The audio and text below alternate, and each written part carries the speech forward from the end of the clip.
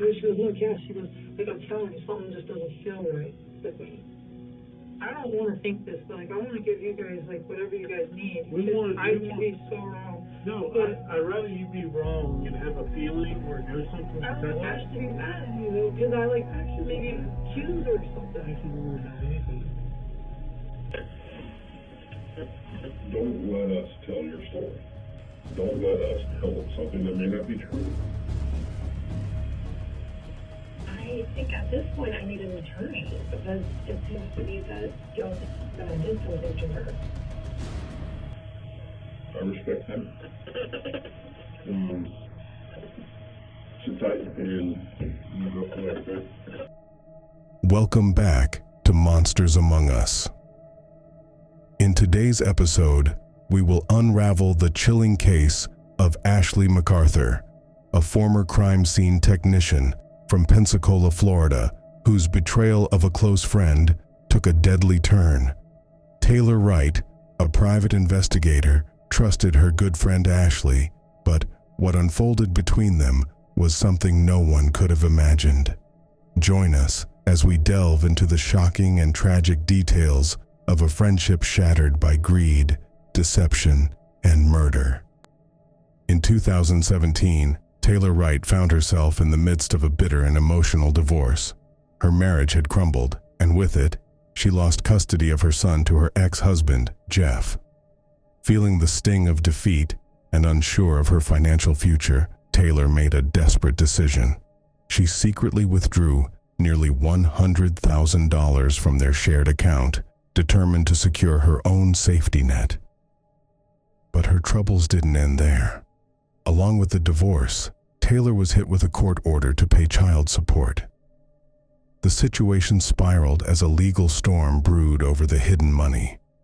When the judge discovered her secret stash, Taylor was told to retrieve the funds and return them to the account. However, this decision would set in motion a deadly chain of events no one could have predicted. Amid her messy divorce, Taylor Wright made a fresh start by moving to Pensacola, Florida from North Carolina. There, she crossed paths with Zachary McArthur, a fellow private investigator, and soon met his wife, Ashley McArthur, a local Pensacola native and former crime scene investigator. The two women quickly formed a close bond, spending increasing amounts of time together. Taylor felt a connection strong enough to trust Ashley with something incredibly important: the $100,000 she had taken from her joint account with her ex-husband, Jeff. Despite the chaos of her divorce, Taylor Wright found a glimmer of hope in a new relationship with a woman named Cassandra. Eager to leave her turbulent past behind, Taylor looked forward to building something meaningful and fresh. However, despite her growing connection with Cassandra, the shadow of her past still loomed. The unresolved issues with her ex-husband, Jeff, especially the $100,000 she had taken from their joint account, kept creeping back into her life. Taylor frequently delayed court appearances, unable or unwilling to face the financial storm she had created, all while trying to embrace her new future. Although Taylor had a habit of postponing court dates, there was one critical hearing in September that she simply never showed up for. Her absence sent shockwaves through the courtroom, leaving both the judge and her ex-husband, Jeff, puzzled and concerned. Where was Taylor? And more importantly, what had happened to the $100,000 she was supposed to return? While Taylor's absence raised alarms in court, her girlfriend, Cassandra, was equally baffled. Days passed without a single word from Taylor, and Cassandra at first assumed she had been ghosted. Frustrated and hurt, she even contacted Ashley McArthur, telling her to come pick up Taylor's things. But as the days dragged on, Cassandra's anger turned into deep concern. By September 14th, with no sign of Taylor and a growing sense that something was terribly wrong, Cassandra took action. She filed a missing person report, fearing that this sudden disappearance was completely out of character for the woman she was falling for. Soon after, Taylor's mother conducted an interview with a local news station, expressing her concern over her daughter's absence. She has a little boy. His name's Drake. He's with his dad. But she was texting him every day. They would text back and forth. She hasn't communicated with anyone. We're all just puzzled, just befuddled on what has happened to her. As its 15th day approaches, authorities say the search for Taylor Wright is ongoing, but at this point, they don't suspect foul play. We've questioned numerous amount of people, and through that investigation, that's why we believe that she left on her own. Her mother, Nancy Murchison, says friends and family have not heard from her since September 7th. And she's never done this before? No. She's never done anything like this before. Wright's car and all of her personal belongings were left inside a home she lived in with a roommate on Berkeley Drive in Pensacola. My gut tells me that this is not normal behavior, that she wouldn't do this, and something bad has happened to her. At first, the police didn't suspect anything out of the ordinary, chalking up Taylor's disappearance to personal issues.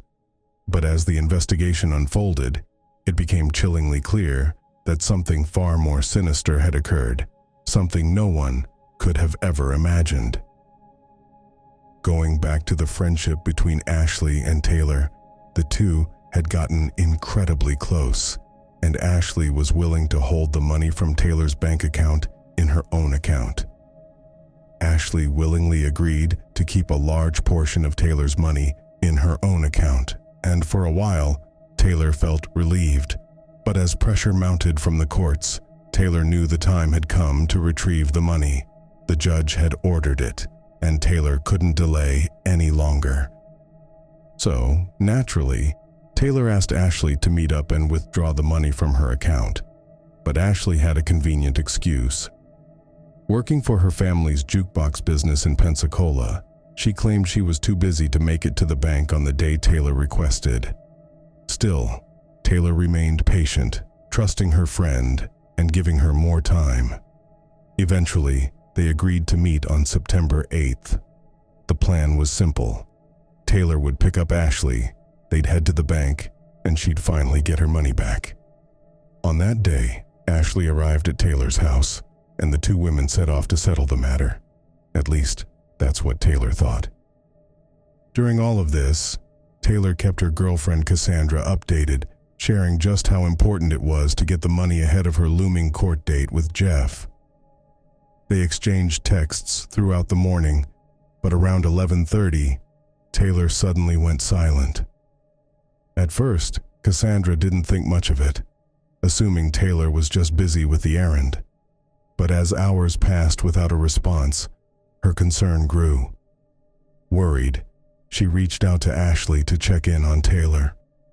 To Cassandra's surprise, Ashley claimed that Taylor had ditched their bank run and spontaneously decided to go horseback riding at a local farm to blow off steam. While it seemed slightly unusual, Cassandra knew Taylor had been under much stress, so she brushed it off and asked Ashley to let Taylor know she'd called. As day turned to night without a word from Taylor, Cassandra's worry escalated. She reached out to Ashley once more, only to hear that Taylor had supposedly gone out for drinks, catching an Uber from her place. Cassandra felt a mix of disappointment and confusion, unable to fathom the truth behind Taylor's sudden silence. Soon after, Cassandra received a text from Taylor's phone, explaining that she needed some space to clear her head and deal with the stress of her ex-husband and the court battles. While the message made sense, given Taylor's turbulent situation, it did little to ease Cassandra's frustration, especially as days passed with no further contact. With several days passing by and still no word from Taylor, Cassandra made that police report, and local law enforcement agents began questioning those who were close to Taylor, including Ashley. The goal was to determine if Taylor had left on her own accord. The thing I worry about is with the drug situation. Like, I wouldn't even, if I didn't know about the drug situation, I wouldn't be worried about her. I would say Taylor's doing what Taylor does. But then that lifestyle become a different group of people. And we don't know that she ever had intentions on leaving. Maybe she wanted to have fun, and then someone found her with a bag full of cash. And that's why we have to follow them every single avenue and ask all these. Have you ever seen her drinking at that time of day before? That was odd behavior. In fact, I said something to her. I was like, "You're at this time in the morning?"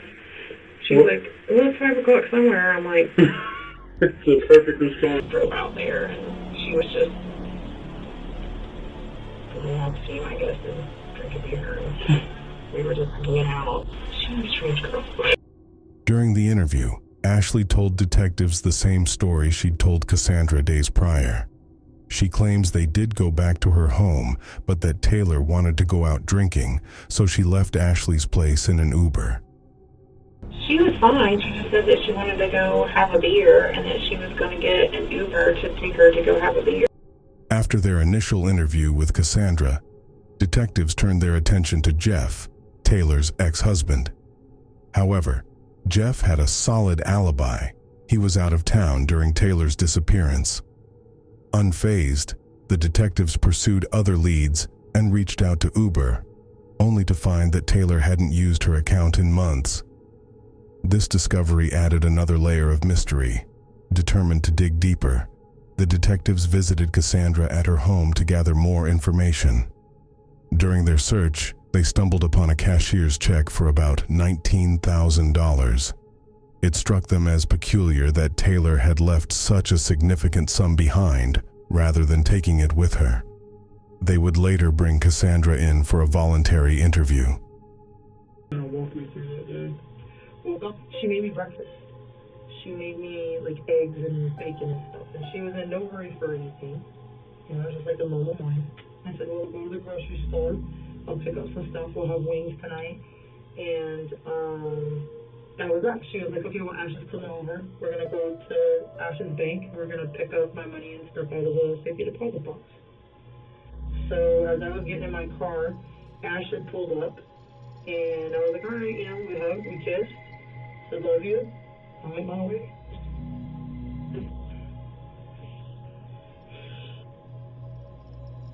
Any other plans, areas that ever? No. But when Taylor wouldn't text me back, I texted Ash, and I was like, "Ash, like, where are you guys at?" Because I thought that they were still out of the bank. That's the only thing I knew of that day. Finally, Ash called me, and Ash was like, "Hey, we're up at my mom's house, which is up in Milton. They own a farm." She was like, "You know, Taylor's broke down and cried twice today." I'm like, "What is going on?" Do you think Ashley would have the capability or the means to harm Taylor? I don't know.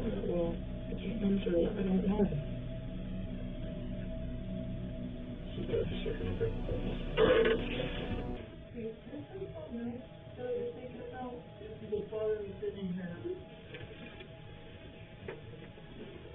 Yeah. So, Taylor, it seemed like she was getting paranoid. She was talking about how she felt like something just wasn't right with Ashley. She wasn't sure if Ash had her money or not. Because Taylor had been trying to get the money out of Ash's safety deposit box, Taylor said, for like 4 or 5 days. And I was like, "Taylor, you know, she's probably been really busy." And she goes, "Look, yeah," she goes, "like, I'm telling you, something just doesn't feel right with me." I don't want to think this, but like, I want to give you guys like whatever you guys need. I can be so wrong. No, I'd rather you be wrong and have a feeling or know something. I don't want Ash to be mad at me though, because I like actually maybe accuse her or something. I can really know anything. With the investigation narrowing and new details on Taylor's suspicions of Ashley, detectives turned their focus to Ashley, who was the last person known to be with Taylor. They delved into Taylor's cell phone records and discovered troubling inconsistencies. Cell tower data showed that Taylor's phone was in a different location than Ashley had claimed during their last communication. This discrepancy heightened their suspicions. With Ashley's proximity to Taylor's disappearance raising red flags, the detectives decided it was crucial to bring her in for another intensive round of questioning. I wanted to, at some point, go back over kind of your timeline again, if you didn't mind. and the day that she last went missing. So y'all went to Milton Farm. What was her attitude like? She just bored and, I mean, she was just kind of, I mean, she'd talk about, you know, the court case and stuff and Jeff a little bit, and like I said, she was drinking beer since 9, and so that morning, whenever I went and got her, and I mean, she wasn't like depressed or angry or anything like that. I mean, she was, you know, irritated when she would talk about that, but not like just crabby and, Yeah. you know. And how long were y'all out there roughly? 30 minutes maybe. Do you recall anything, her attitude or what it was like out there? I mean, she was just the same. I mean, she wasn't in a bad mood. I mean, she wasn't the happiest I've ever seen her, but she wasn't crabby or, you know, out of sorts or... She seemed relatively normal outside of being a little frustrated over the whole thing. Was she, like, highly intoxicated at any point? Oh, no. She probably only had 2 beers throughout the whole time I was with her, but, I mean, I just thought it was odd that she was drinking them. I mean, that's not what I start my day with, you know. Sure, well, I mean, to each their own. So y'all left the farm in Milton and went where? Back to my house. While Ashley was being questioned, detectives combed through Taylor's financial records and noticed some unusual activity. Although Ashley was married to Zachary, their open marriage allowed both partners to explore relationships outside their union, and Ashley took full advantage of this freedom. While working for her family's jukebox business, she met Brandon, the owner of Sticks Billiard, who had acquired the property in the summer of 2016. What began as a business relationship quickly escalated into something more intimate. Ashley began lavishly supporting Brandon's business and showering him with extravagant gifts, including a boat and multiple revolvers. The source of Ashley's sudden wealth raised eyebrows and questions. Where was she getting all this money from? It appeared that she was forging Taylor's signature on multiple cashier's checks. Detectives were now more suspicious of Ashley than ever before, and decided to conduct a search warrant for one of her properties while she was still at the interview. Is anyone that we can go talk to?